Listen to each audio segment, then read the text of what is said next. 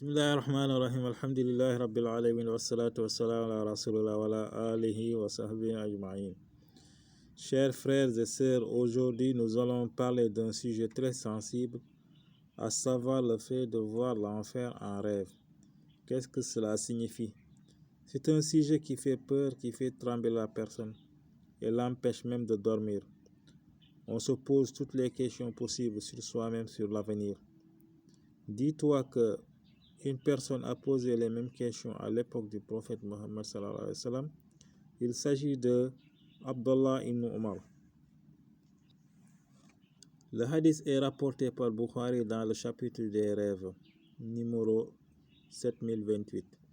Ibn Omar dit: j'étais un jeune adolescent célibataire qui passait son temps à la mosquée. Je me suis dit une fois, si réellement j'étais une bonne personne, je verrai en rêve ce que les compagnons du prophète Mohammed sallallahu alayhi wa sallam voient d'habitude. Une nuit avant de dormir, j'ai dit: oh Allah, montre-moi si je suis réellement une bonne personne auprès de toi.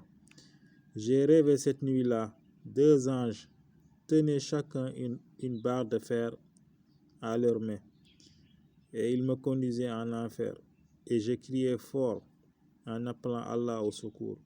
Oh Allah, préserve-moi de l'enfer. Ensuite, j'ai rencontré un autre ange avec une barre de fer qui me dit: non, tu ne seras pas inquiété, car tu es une bonne personne.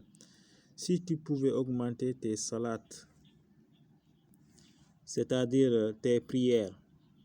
Ensuite, on m'a conduit jusqu'au bord du gouffre de l'enfer, qui est plié comme un puits entouré de cornes.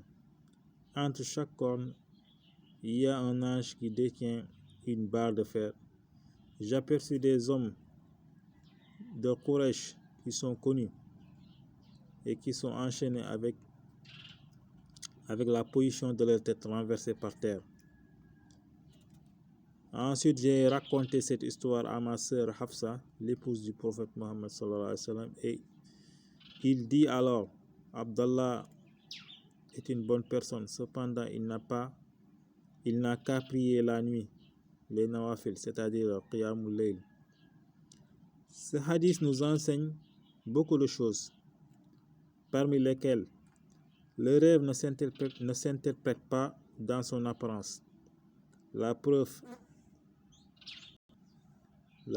est que Ibn Omar a vu l'enfer, mais cela ne fait pas de lui un de ses habitants, pour plusieurs raisons, parmi lesquelles tous les compagnons du prophète Mohammed sallallahu alayhi wa sallam ont reçu l'agrément divin par cette parole divine, radiallahu anhu, qui signifie Allah est content d'eux.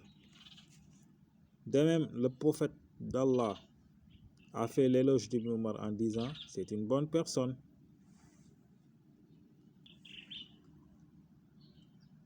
Voir l'enfer en rêve, sa signification dépend de la personne.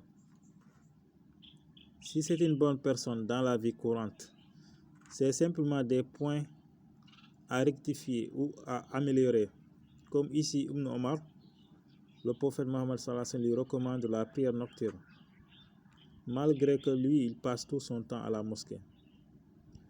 Tandis que si c'est une mauvaise personne dans la vie réelle, c'est un bandit, c'est un voleur, par exemple, c'est un avertissement qu'on lui fait, un rappel à l'ordre, à la piété, qui est lancé ici.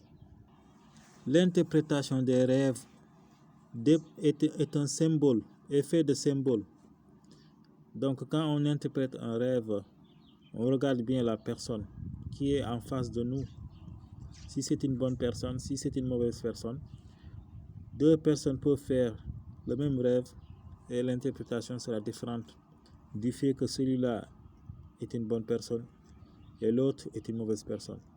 Mais dans tous les cas, il faut toujours sensibiliser et réconforter sans faire peur